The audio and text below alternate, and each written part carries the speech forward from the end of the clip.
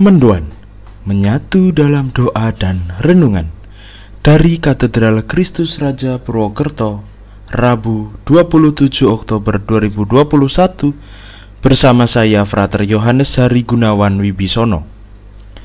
Saudari-saudara yang terkasih, salam sehat dan berkah dalam. Mari kita renungkan sabda Tuhan hari ini dari Injil Lukas bab 13 ayat 22 sampai dengan 30. Kita siapkan hati kita untuk mendengarkan sabda Tuhan. Dalam nama Bapa dan Putra dan Roh Kudus, amin. Semoga Tuhan beserta kita sekarang dan selama-lamanya. Inilah Injil Yesus Kristus menurut Lukas. Dimuliakanlah Tuhan.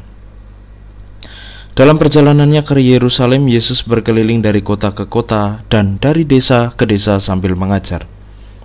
Maka bertanyalah orang kepadanya, "Tuhan, sedikit sajakah orang yang diselamatkan?" Jawab Yesus kepada orang-orang di situ, "Berusahalah masuk melalui pintu yang sempit itu. Sebab aku berkata kepadamu, banyak orang akan berusaha untuk masuk, tetapi tidak akan dapat. Jika tuan rumah telah bangkit dan menutup pintu, kalian akan berdiri di luar dan mengetok-ketok pintu sambil berkata, 'Tuan, bukakan pintu bagi kami.' Tetapi dia akan berkata, 'Aku tidak tahu dari mana kalian datang.' Maka kalian akan berkata, 'Kami telah makan dan minum di hadapanmu, dan engkau telah mengajar di jalan-jalan kota kami.' Tetapi ia akan berkata, 'Aku tidak tahu dari mana kalian datang. Enyahlah dari hadapanku, hai kalian semua yang melakukan kejahatan.' Di sanalah akan terdapat ratap dan kertak gigi, apabila kalian melihat Abraham dan Ishak dan Yakub dan semua nabi ada di dalam kerajaan Allah, tetapi kalian sendiri dicampakkan keluar.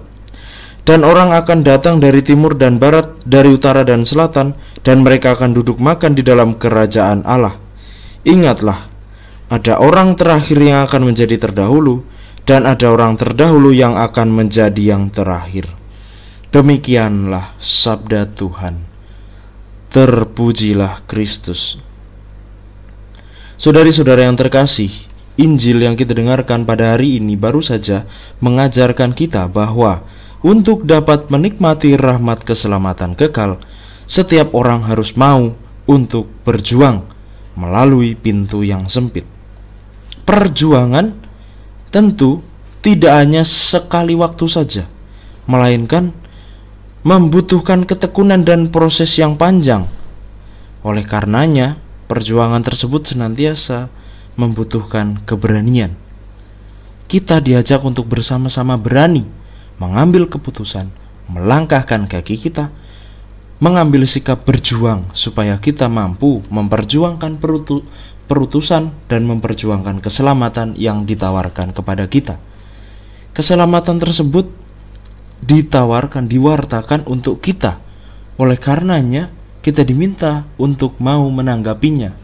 Namun menanggapi yang dimaksud oleh Yesus tidak hanya sekedar "Ya Tuhan, saya mau", tapi menanggapi dengan tindakan nyata, dengan perjuangan kita yang diwujudkan lewat kehidupan harian dan aktivitas-aktivitas kita. Maka dari itu, mari kita bersama-sama membangun semangat memperjuangkan keselamatan melalui setiap tugas perutusan yang dipercayakan kepada kita, sehingga kita mampu memperjuangkan keselamatan lewat kehidupan kita. Kita hening sejenak. Allah Bapa yang penuh kasih, kami bersyukur kepadamu atas sabda yang baru saja kami dengarkan. Melalui sabdamu itu, kami senantiasa Kau ajak untuk mampu setia, berjuang, dan tekun di dalam setiap perjuangan kami, agar kami tidak mudah jenuh dalam setiap perutusan dan perjuangan kami.